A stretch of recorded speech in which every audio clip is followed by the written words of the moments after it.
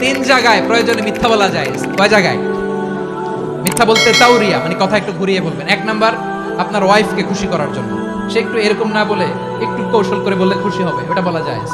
দুই নাম্বার,